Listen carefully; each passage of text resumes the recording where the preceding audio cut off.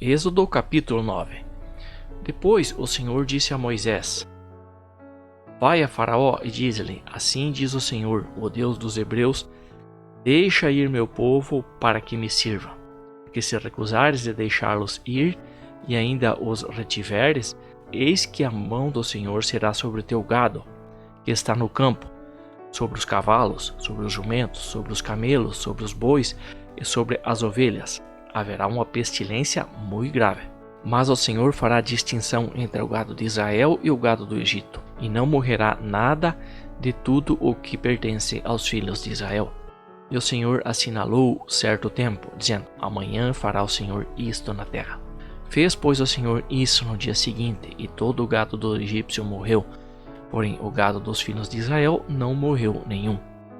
E Faraó mandou ver, e eis que o gado dos israelitas não morrera sequer um. Mas o coração do Faraó se obstinou e não deixou ir o povo. Então disse o Senhor a Moisés e Arão: Tomai as mãos cheias de cinza do forno, e Moisés a espalhe para o céu diante dos olhos de Faraó. E ela se tornará em pó fino sobre toda a terra do Egito, e haverá tumores que arrebentarão em úlceras nos homens, no gado e por toda a terra do Egito. E eles tomaram cinza do forno e apresentaram-se diante de Faraó, e Moisés espalhou para o céu, e ela se tornou em tumores que arrebentaram em úlceras nos homens e no gado.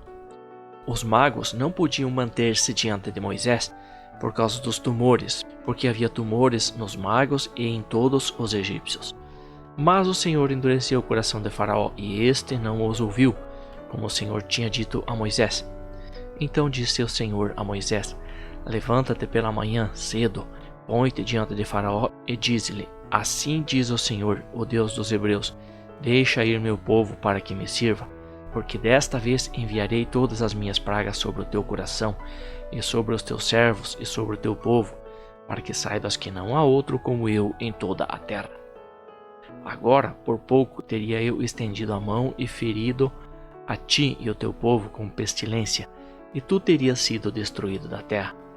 Mas, na verdade, para isso te hei mantido com vida, para te mostrar o meu poder, para que o meu nome seja anunciado em toda a terra. Tu ainda te exaltas contra o meu povo, não o deixando ir?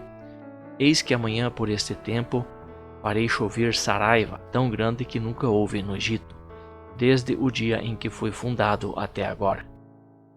Agora, pois, manda recolher o teu gado e tudo que tens no campo, porque sobre todo o homem e animal que se achar no campo, e não se recolherem à casa, cairá a saraiva e morrerão. Quem dos servos de Faraó temia a palavra do Senhor, fez fugir os seus servos, o seu gado para as casas. Mas aqueles que não se importavam com as palavras do Senhor, deixou os seus servos e o seu gado no campo.